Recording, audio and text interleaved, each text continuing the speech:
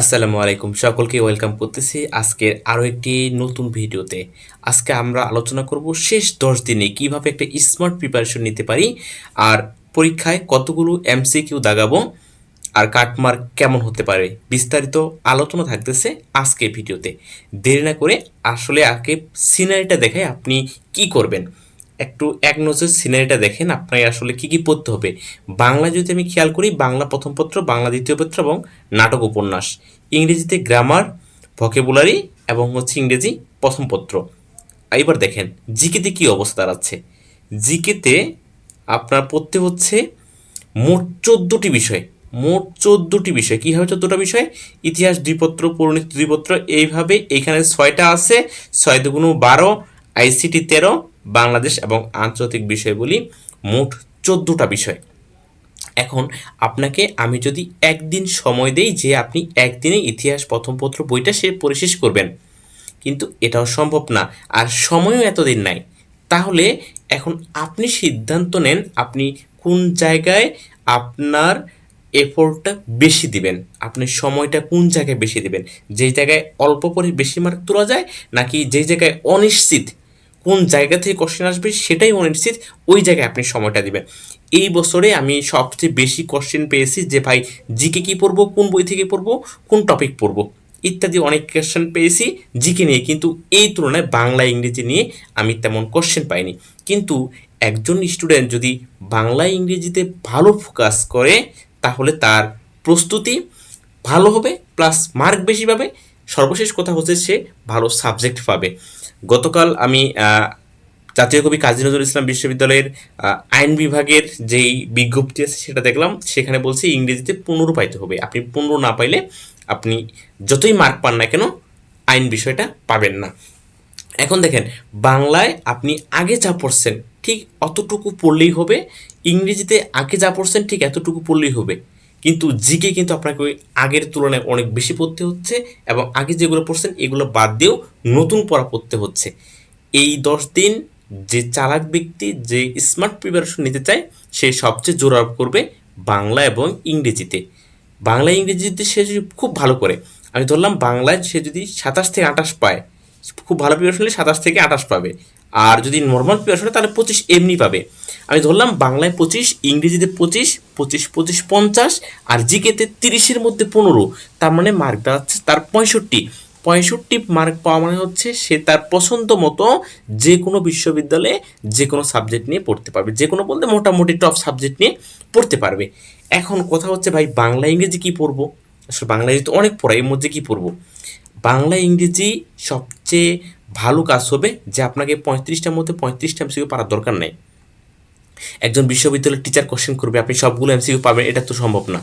মানে এটাই হওয়ার দরকার যে একজন প্রশ্নকর্তা কোশ্চেন করবে, সবগুলো পারবেন না, এটাই স্বাভাবিক। সো আপনি যেই টপিকগুলো কমন মাস্ট বি কোশ্চেন আসবে ওই টপিকগুলো খুব ভালো করে পড়ে ফেলেন, তাহলে আপনি অন্তত 27, 28, 30টা এমসিকিউ কমন পাবেন। একটা এমসিকিউ বা 2টা এমসিকিউ ভুল গেল আপনার 25-26 মার্ক থাকতেছে। ইংরেজিতেও একই কাহিনী। যদি আপনার যেই টপিকগুলো, এখন ভাই দেখেন ইংরেজিতে আমি একটা কথা আগে বলে রাখি যে স্পেলিং থেকে একটা কোশ্চেন আসবে, এটা হচ্ছে প্রশ্ন কমন বা প্রশ্ন ফাঁসের মতো, যে স্পেলিং থেকে একটা কোশ্চেন আসবে, তারপর আপনারা ভুল করে আসবেন, তাহলে এই জায়গায় দায়ীটাকে। এখন তারপর আমি হচ্ছে এক পাশ থেকে ধারাবাহিকভাবে আলোচনা করে আসি, দেখি বাংলায় মোস্ট ইম্পর্টেন্ট টপিক কোনগুলো। বাংলায় আমি এটা অনেক আগেই বলেছিলাম যে ঢাবি, রাবি, চবি সহ গুচ্ছের অন্তর্ভুক্ত সকল বিশ্ববিদ্যালয়ে গাইড বই থেকে বিগত প্রশ্ন পড়ুন। লাইনটা আমি যদি একটু ব্যাখ্যা করে বলি, আপনি যদি অপরিচিতা গল্পটা পড়তেছেন, অপরিচিত গল্পের পিছনে গাইড বই বা আপনার যে বাংলা অভিযাত্রী, বাংলা বিচিত্রা ইত্যাদি ইত্যাদি অনেক বই আছে, ওই বইয়ের গল্পটার পিছনে দেখবেন যে সকল বিশ্ববিদ্যালয়ে কোশ্চেনগুলো ধারাবাহিকভাবেই দেওয়া আছে। আপনি ওইটা খুব ভালো করে পড়ে ফেলেন। এইভাবে বাংলার সকল গল্প, কবিতা, শর্ট সিলেবাস, বাংলার সকল গল্প, কবিতা, নাটকের, উপন্যাসের সকল গল্প, কবিতা যে বিগত সালের প্রশ্নগুলো আছে এগুলো পড়ে ফেললেই বাংলা প্রথম পত্র থেকে আর মিস হবে না কোশ্চেন আসলে। এই গেল বাংলা প্রথম পত্র। বাংলা ব্যাকরণে দেখেন, বাংলা ব্যাকরণে আমি শতভাগ গুরুত্বপূর্ণ কিছু টপিক দিয়েছি, যে শতভাগ গুরুত্বপূর্ণ এইগুলো থেকে মাস্ট বি কোশ্চেন আসবে, যেমন কি ধ্বনি, বর্ণ, সমাস, প্রকৃতি প্রত্যয়, উপসর্গ, পারিভাষিক শব্দ, পদ প্রকরণ, বানান, উচ্চারণ, বাক্য শুদ্ধিকরণ, এই কয়েকটা টপিক থেকে মাস্ট বি কোশ্চেন আসবে। এরপর যদি আপনি ভুল করে আসেন, যেমন এইখান থেকে যদি আমি ধরলাম 18টা কোশ্চেন আসলো, এইখান থেকে আসলো 10টা, 28টা, মোট হচ্ছে আপনার 28টা কোশ্চেন, আপনি এই 28টা কোশ্চেন অ্যান্সার করে আসেন না, তাহলে তো আর কিছু লাগতেছে না, আপনাকে 35টা পাওয়ার দরকার নাই।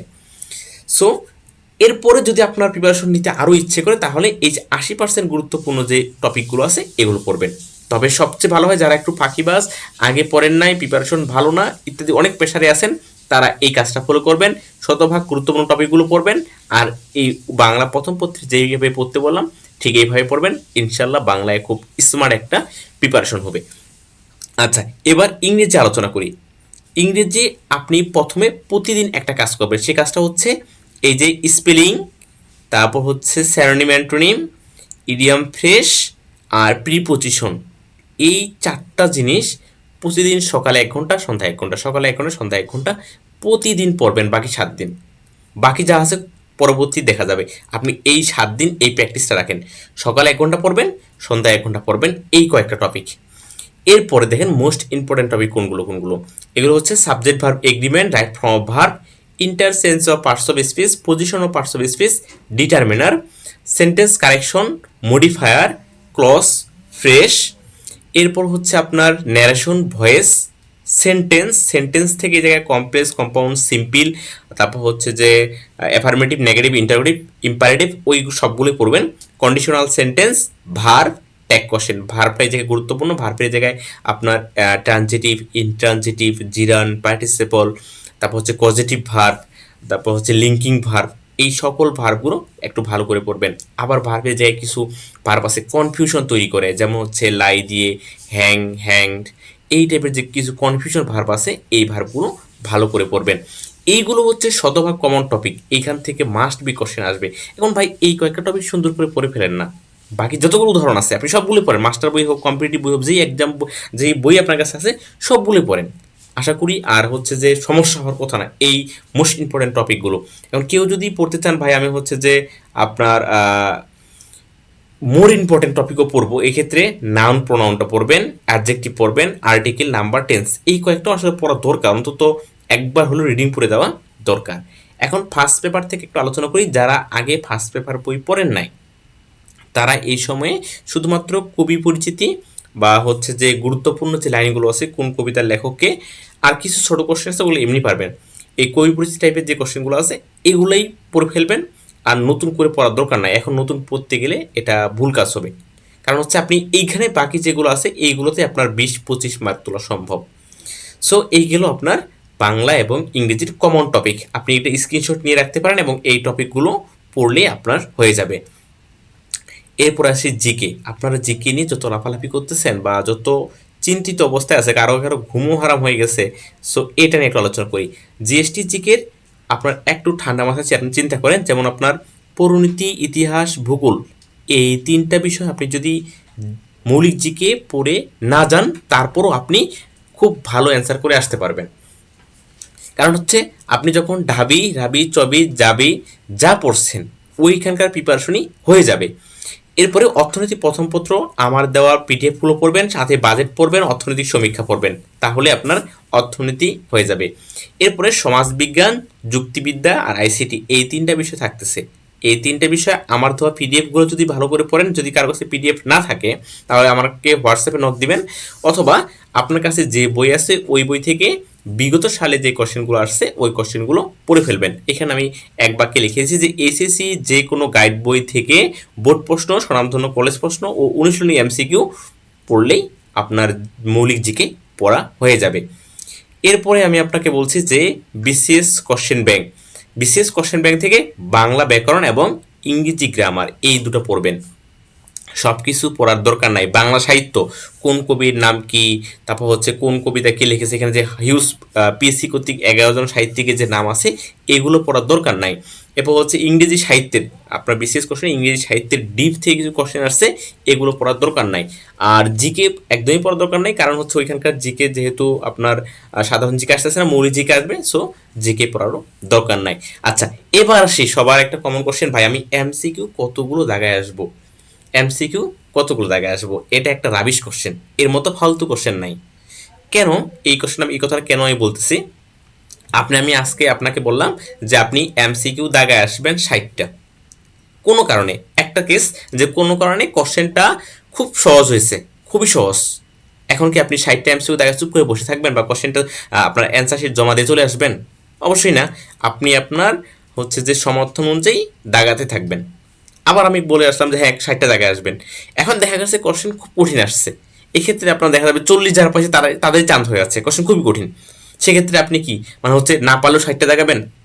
এটা আসলে নির্ভর করবে আপনি পরীক্ষার হলে আপনার অবস্থা কি, পরীক্ষার সিচুয়েশন কি, কোশ্চেন কেমন, এসব কিছুর উপর, এসব কিছু বিবেচনা করে আপনাকে আসলে কোশ্চেন দাগাতে হবে। তবে একটা জিনিস খেয়াল করবেন, ইংরেজির যে কম্প্রিহেনশনটা আছে, আমি আবারও বলতেছি, ইংরেজির যে কম্প্রিহেনশনটা আছে, এই কম্প্রিহেনশন সবার শেষে দাগাবেন। কারণ হচ্ছে আপনি বাংলা দাগানোর পর যখন ইংরেজি দাগানো শুরু করবেন, কম্প্রিহেনশন পড়তে গেলে আপনার 10 মিনিট সময় যাবে এবং ওই 5টা কোশ্চেন অ্যান্সার করতে পারবেন না, কারোর পক্ষে 5টা কোশ্চেন অ্যান্সার করা সম্ভব না। আবার কম্প্রিহেনশনে এমন কিছু আছে যে একটা প্রিপোজিশন আসছে, ওই প্রিপোজিশনটা আপনি কম্প্রিহেনশন না পড়লেও পারতেন। একটা স্যারোনিম আসছে, ওই স্যারোনিমটা আপনি ওই আপনার হচ্ছে যে কম্প্রিহেনশনটা না পড়লে অনেক ক্ষেত্রে পারা যায়। সো সেক্ষেত্রে হচ্ছে যে আপনার এই কম্প্রিহেনশনটা আগে না, আপনার হচ্ছে অ্যান্সার না করে শেষের দিকে অ্যান্সার করবেন, এক্ষেত্রে টাইমটা বাঁচবে, আত্মবিশ্বাসটা থাকবে। এই হচ্ছে আপনার কোশ্চেন দাগানোর ক্ষেত্রে কিছু কোশ্চেন আছে যেটা আপনি কোনোদিন জানেন না, শুনেন নাই, ওই কোশ্চেনটা ক্রস দিয়ে রাখবেন, ওটা দাগানোর দরকার নাই, আপনাকে 100-র মধ্যে 100 পাওয়ার কোনো দরকার নাই। আপনি হচ্ছে যে যতগুলো আপনি পারেন সবগুলো অ্যান্সার করে আসবেন। শেষের ক্ষেত্রে যদি আপনার মনে হয় যে হ্যাঁ আরও কিছু অ্যান্সার করার দরকার, প্রশ্নের প্রেক্ষিতে আরও কিছু অ্যান্সার করার দরকার, আপনি রিস্ক নিয়ে শেষে 90%গুলো কিছু দাগায় আসতে পারবেন। কাটমার্ক আসলে কোশ্চেনের উপর নির্ভর করবে, কতগুলো দাগাতে হবে এটা আগেই ফিক্স করার দরকার নাই। আরেকটা কথা আপনাদের বলে দিই, আপনার ইন্টারের যে রেজিস্ট্রেশন কার্ডটা আছে, এই রেজিস্ট্রেশন কার্ডটা নিয়ে রাখবেন সাথে, কারণ হচ্ছে অনেকেই জাতীয় বিশ্ববিদ্যালয়ে ভর্তি হয়ে গেছেন, আপনার ইন্টারের রেজিস্ট্রেশন কার্ডটা অনেক বিশ্ববিদ্যালয় দেখতে চাবে, যেমন বেগম রোকেয়া ইন্টারের রেজিস্ট্রেশন কার্ড স্যার আপনাকে হলেই ঢুকতে দিবে না। সো এরকম অনেক বিশ্ববিদ্যালয় করবে, ইন্টারের রেজিস্ট্রেশন কার্ড এবং হচ্ছে গুচ্ছের যে অ্যাডমিট কার্ড, এই দুটো সাথে রাখবেন। সকলের জন্য শুভকামনা রইল, দেখা হবে গুচ্ছের ক্যাম্পাসে। আমি হাজী মোহাম্মদ দানেশ বিজ্ঞান ও প্রযুক্তি বিশ্ববিদ্যালয় থেকে বলছিলাম, যারা এই ক্যাম্পাসে আসবেন ইনশাল্লাহ লাইডের সাম্রাজ্যে দেখা হবে। ধন্যবাদ সবাইকে।